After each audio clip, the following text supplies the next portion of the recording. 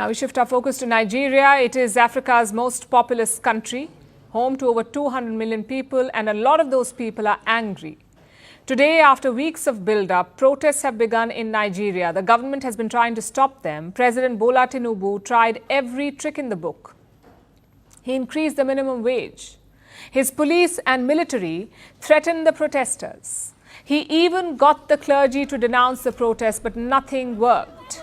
Angry Nigerians took to the streets across the country today, despite numerous obstacles thrown their way. We'll start with the capital, Abuja, where the protesters' movement has been restricted.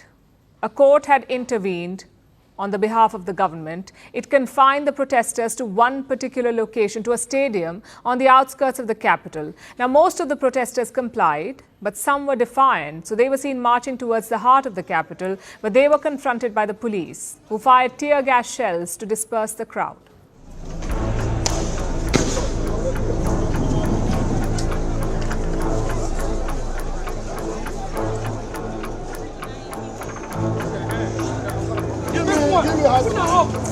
Before you go down there, the second one already.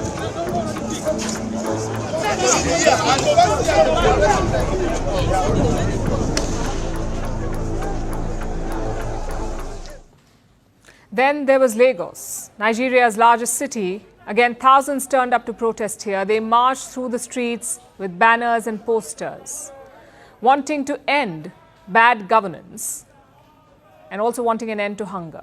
We are tired of being hungry. We cannot even feed our children. One tuber of yam is 5,000. We cannot buy tomato and pepper. Pepper is 1,000. The poor cannot survive. Please, we need you to change the government. And we are not going to stop until every Nigerian can live comfortably in Nigeria. We are not going to stop until we in Nigeria, we Nigerians living in Nigeria, enjoy similar life or a better life than even countries across the world who don't have half of the resources that we have.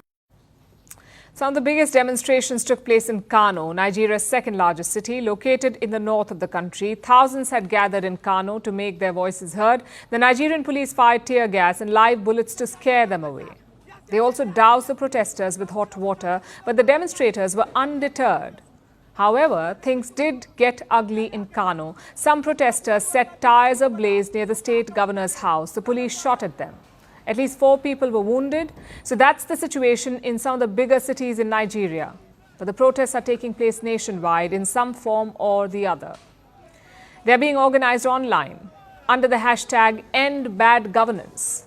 And the protesters are in it for the long haul, it seems. Look at this post. The protesters have created a list of do's and don'ts. They're telling people to wear comfortable shoes, to carry water and sunscreen and power banks so that their phones are always charged, and they can share videos of police brutality in real time. As you can see, this is an extremely well-organized protest. The demonstrators are determined to bring their government to heel. Why? Because they're angry. Angry about the cost of living crisis in their country. Inflation crossed 34% in June, the worst level in 28 years. Food inflation is even higher. It was above 40% in the month of June. People are struggling to buy food. They're hungry. They want the prices to drop. President Bola Tinubu is being blamed for this inflation. When he came to power last year, he made a number of unpopular changes, or reforms, as he likes to call them. One of these reforms was especially brutal. Tinubu removed a nationwide subsidy on fuel, and this sent prices skyrocketing. Fuel now costs 3 times as much as it did 1 year ago, 3 times higher. And this has had a knock-on effect. You see, when fuel prices rise, everything becomes costlier because you need fuel to transport every single thing. The protesters understand this, which is why their main demand is the restoration of the fuel subsidy.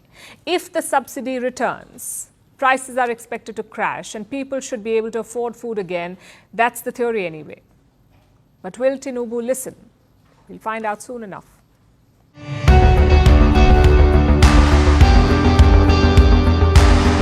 Across continents, one powerful news source. Bringing you diverse perspectives on the issues that matter.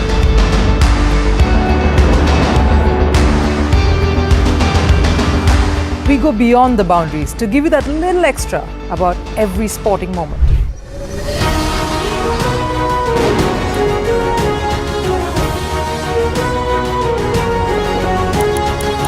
So thank you for making First Post 5 million strong.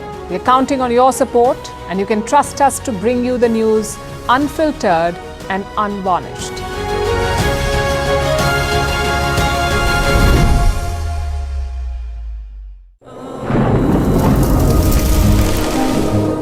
Climate change is on our doorstep. It's time for a revolution to take root. And it starts with 1.4 billion Indians. It starts with one tree. One tree for humanity.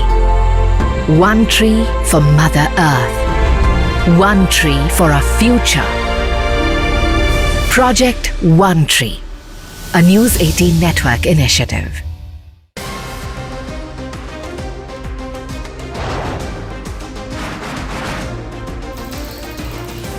On the show today, the T20 World Cup bandwagon has moved across to the West Indies. What can you expect from this?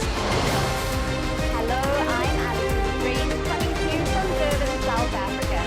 Today we have a special show. We'll start with a report on India shifting nuclear posture. For the first time since India officially became a nuclear power. Hello and welcome to First Post America. I'm Aaron Ham, coming to you live from the nation's capital,